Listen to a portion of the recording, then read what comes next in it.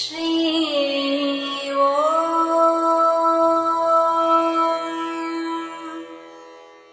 ஸ்ரீ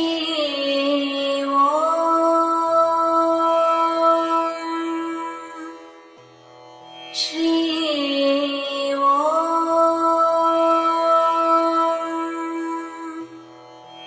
ஸ்ரீ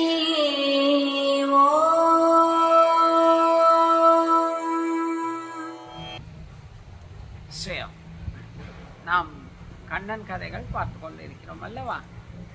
ஒருமுறை அர்ஜுனன் கண்ணனிடம் வந்து, கண்ணா, சத்தியம் சத்தியம் என்று சொல்கிறார்களே, சத்தியம் என்றால் என்ன?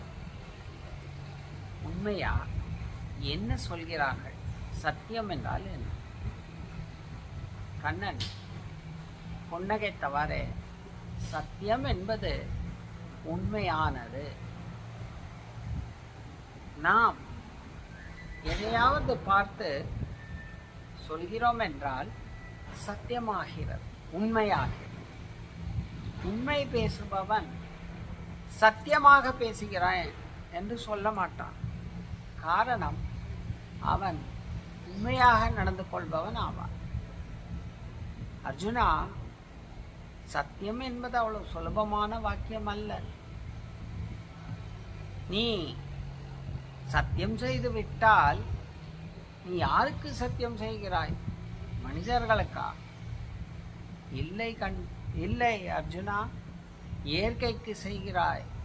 அது என்ன? பஞ்சபூதங்களுக்கு செய்கிறாய். இந்த சத்தியம் என்பது பஞ்சபூதம்.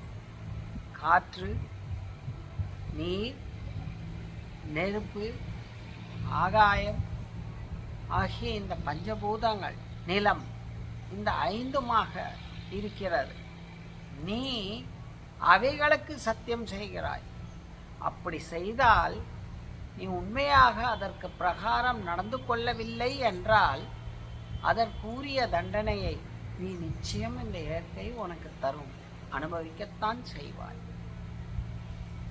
கண்ணா, அப்படி என்றால் சத்தியம் என்று சொல்வதே தப்பா? உண்மைதான் அப்பா. சத்தியம் என்று எதற்கும் சொல்லும். நான் சத்தியமானதை பேசுகிறேன், நான் சத்தியம்தான், நான் இவை செய்யவில்லை, சத்தியம் என்று சொல்வது பெரும் கொடுமையாகும். அதை பெரும் பாவமாகும். அது நமக்கே பின்தொடரும். அதனால் இப்படி சொல்லக்கூடாது. நம் சத்தியம் எனும் வார்த்தை உபயோகம் செய்யக்கூடாது. அப்படி உபயோகித்தால் அதன்படி நாம் நடந்து கொள்ள வேண்டும். சொல்லில் இருப்பது தான் சத்தியம் என்பது. நமது நாவில் இருப்பது சத்தியம். நாம் உள்ளத்தாலும் யாருக்கும் எப்போதும் தீங்கு நினைக்காமல் இருந்தால்தான் இந்த சத்தியம் உண்மையாகும்.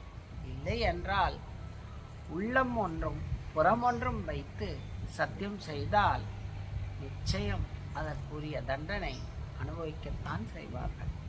அதனால் சத்தியம் செய்வது நாம் தவிர்க்க வேண்டும் என்கிறார். இதிலிருந்து நாம் என்ன தெரிந்து கொள்கிறோம்? அனாவசியமாக எல்லாவற்றுக்கும் நாம் சத்தியம் செய்கிறோம் அல்லவா? சத்தியமாக நான் இதை செய்யவில்லை, சத்தியமாக இப்படி செய். இவையெல்லாம் இயற்கை நம்மை சும்மாவா விடும்? அந்த பாவத்தை நாம் அனுபவிக்கத்தானே வேண்டும். நாம் நினைத்து கொள்கிறோம் நம்மை யாரும் பார்க்கவில்லை, அதனால் உண்மை மறைந்துவிடும் என்று. நீ சத்தியம் என்று சொல்லும் பொழுது இயற்கை அந்த உண்மையை பார்க்கிறது. சத்தியம் என்று நாம் சொல்லும்போது இயற்கை சொல்கிறது, நீ தவறு செய்து இருக்கிறாய், சத்தியம் செய்யாதே என்று உணர்த்துகிறது. அதனால் நமக்கு சாட்சி யார் என்றால், சத்தியம் என்றால் இயற்கையே சாட்சியாக நிற்கிறது. நாம் தவறு செய்தால் தவறு செய்தவருக்கு இயற்கை சாட்சி இருக்காதல்லவா? தண்டிக்கிறது. இதுதான் உண்மை. அதனால் நாம் தவறே செய்யாமல் அல்லது தவறு செய்த பிறகு தவறை ஒப்புக்கொள்வதில் நாம் பெரிய மனிதர்கள் ஆகிறோம்.